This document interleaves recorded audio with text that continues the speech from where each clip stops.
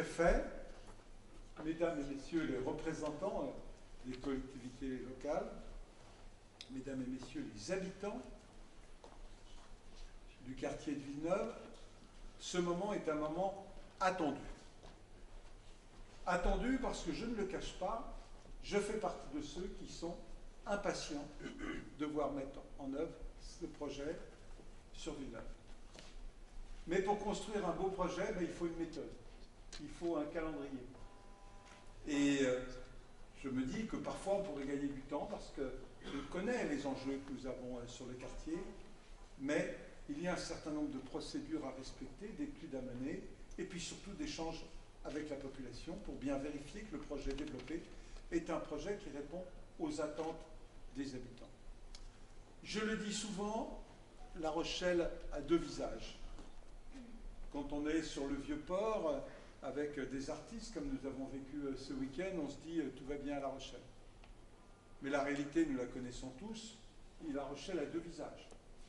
À la fois le visage d'une ville qui entreprend, qui s'embellit, de réussite économique sur l'emploi dans certains domaines, mais aussi un second visage qui est un visage de quartier, et vous les connaissez, sur lesquels il y a besoin d'intervenir pour corriger des inégalités qui sont fortes dans ces quartiers. Ces quartiers, bien sûr, Mireuil, Villeneuve, Saint-Éloi par le passé, Port-Neuf, ont des taux de chômage plus élevés, des revenus médians plus bas, plus de gens dans la précarité. Et il est donc normal que l'action publique soit plus forte dans ces quartiers. Et si on zoome ici sur Villeneuve, on est dans un quartier particulier. Tout d'abord une histoire. On est dans les années 70. La Rochelle a besoin de loger beaucoup de monde, comme beaucoup de villes de France, qui vont venir, et un grand projet est développé sur Villeneuve, presque équivalent à celui de Mireuil. Et ce grand projet va être modifié, va être corrigé par l'arrivée de Michel Crépeau. Il a décidé, dès son arrivée, d'humaniser le quartier, de ne pas laisser faire des équipements trop importants, des bâtiments trop hauts. Il a dit non, trop c'est trop. Il faut tout de suite penser aux habitants et d'avoir un programme qui soit à la fois ambitieux, mais qui respecte les espaces publics, qui respecte le quartier, qui densifie peut-être un petit peu moins ce qui était prévu à l'époque. Et c'est donc que le quartier va bénéficier de cette orientation prise dans les années 70, 71, 72, mais avec un corollaire. Puisqu'il n'a pas été réalisé suivant les plans initiaux, eh bien on va couper en deux, et Michel me le rappelle souvent, le quartier qui va faire que finalement le centre du quartier n'est pas dans son centre. Et donc bien avant notre arrivée, il y avait déjà des réflexions sur le quartier en se disant, ben voilà, la plage du 14 juillet, il y a un certain nombre de choses qui ne fonctionnent pas bien, qui ne sont pas suffisamment conviviales, les espaces publics ne jouent pas pleinement leur rôle, et cette réflexion était légitime. Nous avons complété cette réflexion en nous disant, mais attendons, balayons l'ensemble des problématiques du quartier. Et on voit bien, par exemple, que la mairie annexe ne permet pas de recevoir les habitants dans de bonnes conditions. Il n'y a pas d'espace d'intimité pour échanger, pour expliquer le problème que l'on a. On voit bien aussi que le centre social est un centre social sur lequel il y a besoin d'investir, puisque sur le plan thermique, sur le plan de l'accessibilité, ce n'est pas du tout acceptable que d'avoir un centre social tel qu'il est aujourd'hui. Et donc, je ne ferai pas la liste, nous avons même été amenés à fermer une salle polyvalente près de la mairie qui était devenue inaccessible, presque dangereuse. Et donc, il y a besoin d'investir sur le quartier, mais de manière globale, de manière coordonnée. Le travail a été mené d'écoute dans un premier temps, et on va rentrer maintenant dans une phase de pré-projet, de se dire à partir des attentes des habitants, quels sont les projets que l'on peut porter. Je sais que certains d'entre vous sont impatients, comme nous le sommes, de dire mais on pourra aller plus vite. Oui et non, parce que si on veut maintenant confronter les projets avec les habitants, avoir des échanges, et notamment depuis la mise en place des conseils citoyens, qui puissent jouer leur rôle, que l'on puisse frotter le projet à la réalité des habitants, ceci prendra encore un petit peu de temps aussi. Mon inquiétude sur ce projet, ça va être son tour de table financier. Il faut, et c'est un message que je vous adresse, monsieur le préfet, madame la représentante du conseil départemental, monsieur le représentant du conseil régional, nous avons besoin d'argent public sur ce projet. La ville prendra sa part, la communauté d'agglomération prendra sa part, mais on ne pourra pas faire tout seul. C'est la raison pour laquelle nous avons besoin de votre engagement. Alors c'est un projet qui est classé d'intérêt régional, voilà, donc moins bien financé que des projets qui sont de priorité nationale. Il n'empêche que le message que je vous lance est un message de dire le projet de Villeneuve vaut le coup. On doit transformer le quotidien des habitants, on a besoin d'investir et on ne veut pas faire les choses à moitié. On ne veut pas faire ici un petit bricolage dans un coin parce que c'est la cohérence du projet complet qui serait ainsi altérée. Donc merci de votre présence qui préfigure les financements que vous apporterez. Mais si j'ai exprimé ce La Rochelle à deux visages, c'est que je sais que pour ceux qui connaissent moins bien notre ville, ils ont parfois ce sentiment d'une ville belle, d'une ville qui va bien.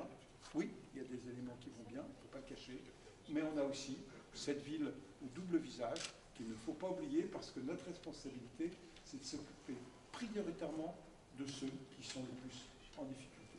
Voilà le message que je voulais vous adresser. Je voulais saluer le travail du collectif de longue date qui est mené ici, et notamment votre rôle aujourd'hui, puisque vous êtes les animateurs du Conseil citoyen. C'est vous qui le faites vivre, c'est vous qui permettez l'expression des habitants, c'est quelque chose de très important. Je voudrais saluer deux personnes qui travaillent dans nos équipes, l'une à la ville et l'autre à l'agglomération, Sophie Nicoleso et Jean-Pierre Mandroux, qui portent au quotidien ce projet. Je veux leur dire qu'on a un calendrier à tenir, et vous le savez, et il est impératif que nous puissions le tenir, et puis saluer aussi l'ensemble des offices pour le travail de rénovation que vous avez amené à entreprendre. Vous avez là aussi un enjeu important, et donc nous allons le réussir tous ensemble. Merci de votre présence. Et merci pour cet élan nouveau qu'on va pouvoir redonner à Villeneuve. Je sais qu'on aura besoin d'attendre encore un peu. Pour faciliter l'attente, on posera prochainement la première pierre de la maison pluridisciplinaire de santé, ce qui est déjà un premier pas dans la bonne direction. On a su trouver les équilibres pour que l'opération puisse sortir. C'est chose faite. Merci à ceux qui vont contribuer à sa construction. Merci à tous de votre présence et merci surtout de votre soutien à venir. Merci.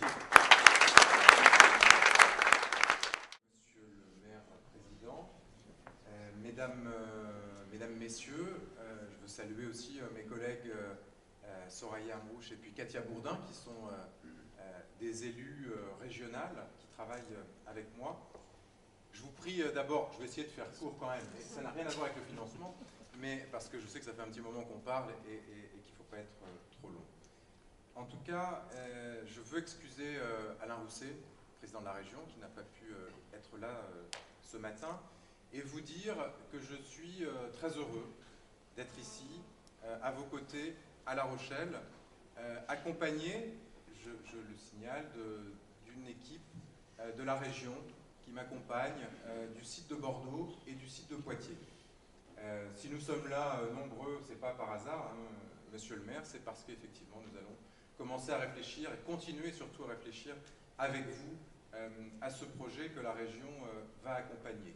Et je veux saluer le travail des collectifs, du collectif en tout cas, mené pour préparer ce projet de renouvellement urbain, en ayant aussi en tête, et il faut le rappeler, le travail qui a été fait dans le quartier de Mireuil, puisque l'ex-région a investi beaucoup sur Mireuil.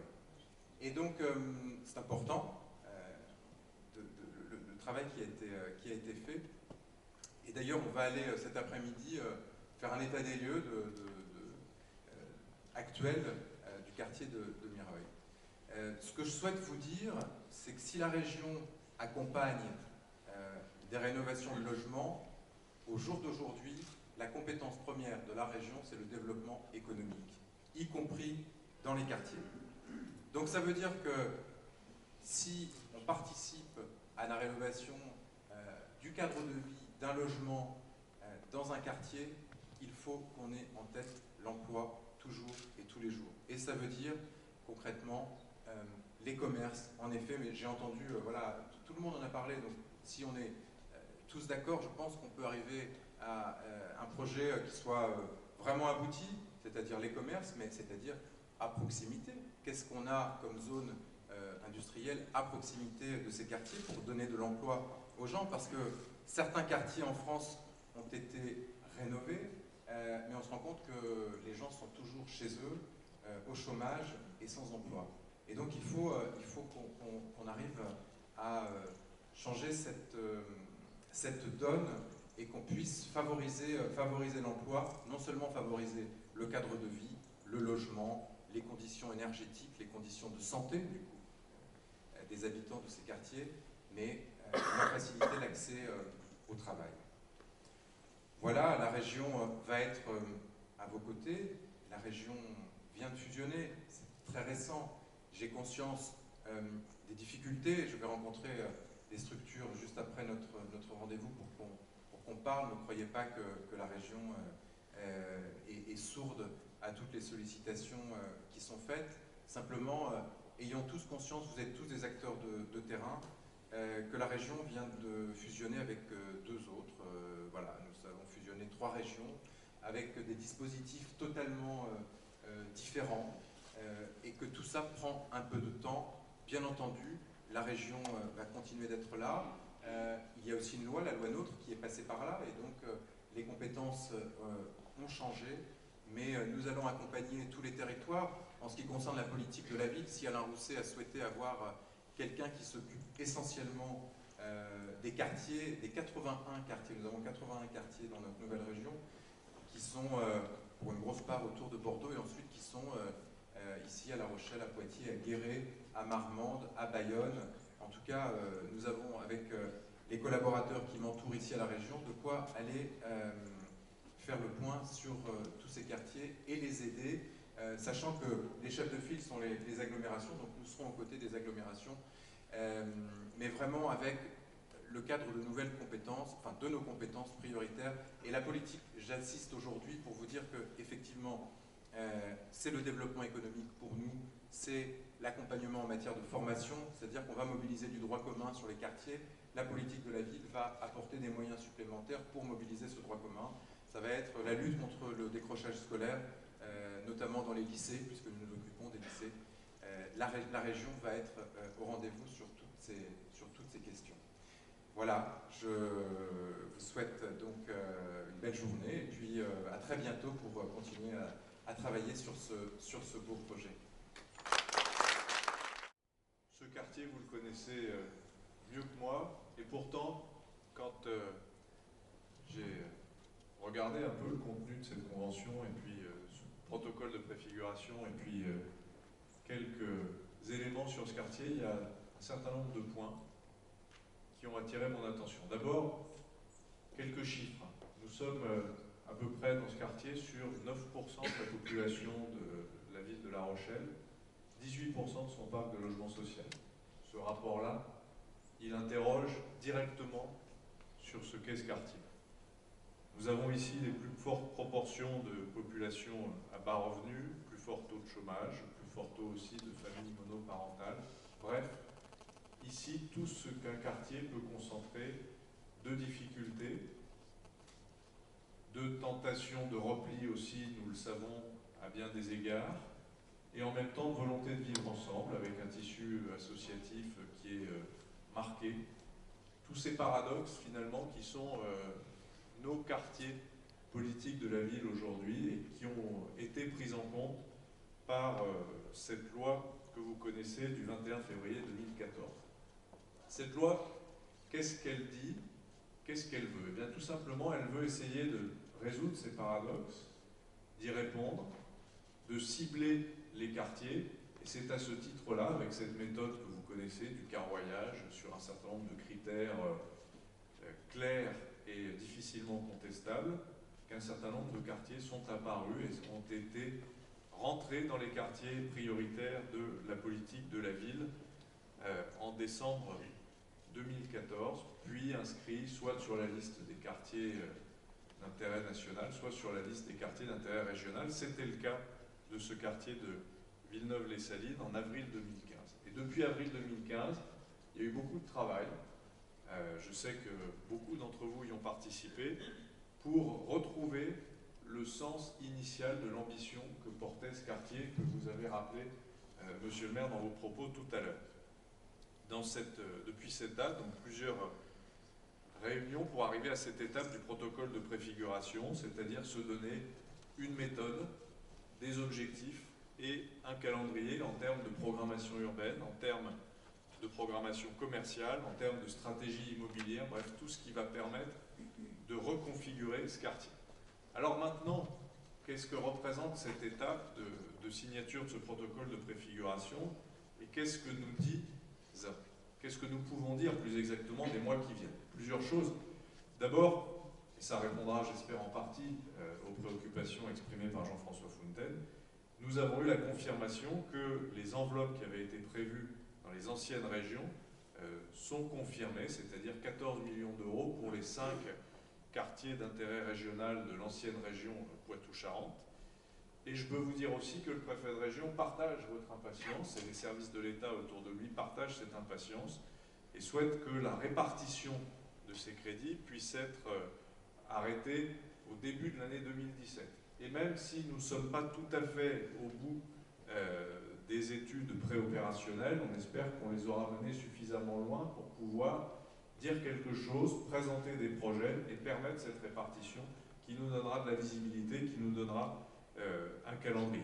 Et puis parce que cette politique des quartiers prioritaires, des contrats, etc., n'épuise pas tout, moi j'ai souhaité que les services de l'État puissent mettre à jour leur diagnostic sur ce quartier, sur les sujets que j'évoquais, qui sont des sujets très concrets, de sécurité, de repli communautaire, d'accès aux principaux services publics, et je leur ai demandé, je les réunirai la semaine prochaine pour leur demander précisément d'actualiser de mettre à jour un peu ce diagnostic et de voir ce qu'on peut faire, et ce qu'on peut faire sans attendre au début 2017 où on entrera dans la discussion de la répartition des enveloppes sur les quartiers d'intérêt régional, mais vraiment à très court terme pour que les pouvoirs publics se penchent à nouveau sur ce quartier, continue de s'y pencher, et évidemment, avec ce diagnostic actualisé et ces propositions d'action de court terme, je viendrai vous voir, monsieur le maire, avec vos équipes, pour que nous puissions en parler, parce que on ne peut pas seulement signer des protocoles de préfiguration et des contrats de loin en loin, mais il faut que ça s'appuie sur une action quotidienne. Elle existe, bien sûr, elle existe d'ores et déjà, mais il faut régulièrement que nous ayons ensemble des corps de rappel pour voir la réalité de ce qui se passe dans ces quartiers. J'en entends parler régulièrement, des questions de violence dans le sport, par exemple, qui nous animent régulièrement, sur lesquelles les travailleurs de l'État avec d'autres services font beaucoup de travail, les questions de sécurité, les questions de lutte contre les fraudes avec un certain nombre de pratiques commerciales qui interrogent sur ce qu'il y a derrière, etc., etc. Je n'en rajoute pas, vous connaissez ces sujets-là, mais j'ai à cœur que ce diagnostic en cette rentrée 2016 soit mis à jour et que nous puissions travailler aussi bien sur le moyen-long terme avec les instruments de la politique de la ville, mais aussi sur le court terme. Voilà ce que je voulais vous dire en venant ce matin signer ce protocole de préfiguration avec à cœur que nous retrouvions ensemble, que nous trouvions ensemble ces piliers de la politique de la ville sur le social, sur le bâti, sur l'économique, vous l'avez dit, et j'y attache aussi une importance particulière. Je sais que la Caisse des dépôts est un partenaire aussi privilégié, parce que c'est en prenant ensemble le court terme, le moyen terme et le long terme, et l'ensemble des facteurs qui font le vivre ensemble dans ces quartiers et qui les relient au reste de l'agglomération, que nous pourrons rendre ce que nous devons aux habitants de ces quartiers, c'est-à-dire de la qualité de vie et du bonheur à vivre dans ces quartiers-là. Merci de votre attention.